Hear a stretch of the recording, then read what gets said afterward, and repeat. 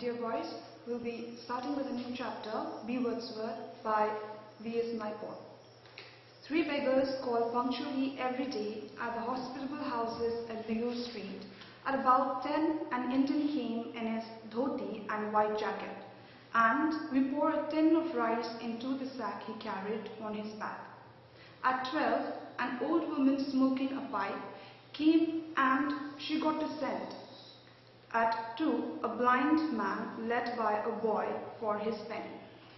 So, in the first paragraph itself, we see how the narrator of the story is giving a description about their day-to-day life or their daily life. How each day the beggars used to come to their locality.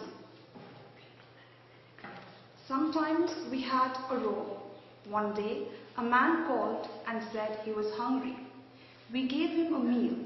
He asked for a cigarette and wouldn't go until we had lit it for him. That man never came again.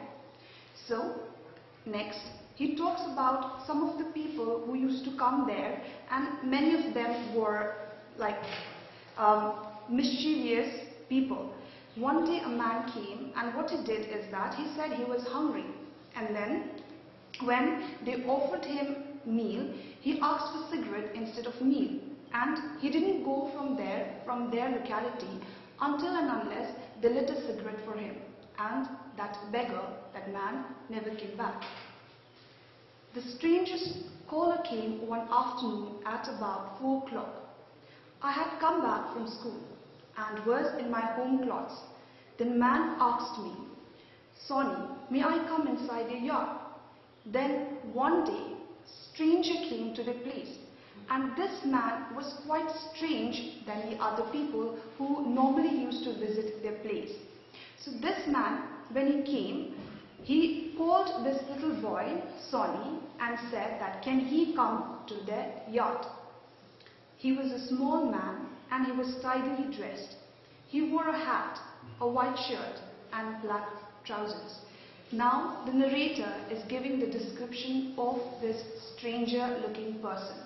This man was quite small and he was tidily dressed, unlike the other beggars who used to come to their locality. And he was wearing a hat, a white shirt and black trousers, which signifies that this man was a well-dressed man. I said, "What do you want?" Then the narrator, the little boy, asked to this man, "What do you want?" He said, "I want to watch your bees." Then the man, the stranger, said, what he wants is he wanted to see the bees. And we had 4 small guru plum trees, and they were full of uninvited bees. Then the little boy says that in his yard there are a lot of palm trees, and in that palm trees they could see lots of bees, uninvited bees. I ran up to the steps and shouted, "Ma, it have a man outside here. He say he want to watch the bees." Then this little narrator went to his mother and he said that, "Mother, somebody has come to our yard, and what he's requesting is, he's requesting to see the bees that is there in our palm trees." My mother came out, looked at the man and asked in an unfriendly way, "What you want?" Then the mother came to this person, to this man, and she was quite unfriendly. She doubted him, and then she asked, "What do you actually want?" The man said, "I want to watch your bees." Again, the man said that he wanted to watch the bees. His English was so good.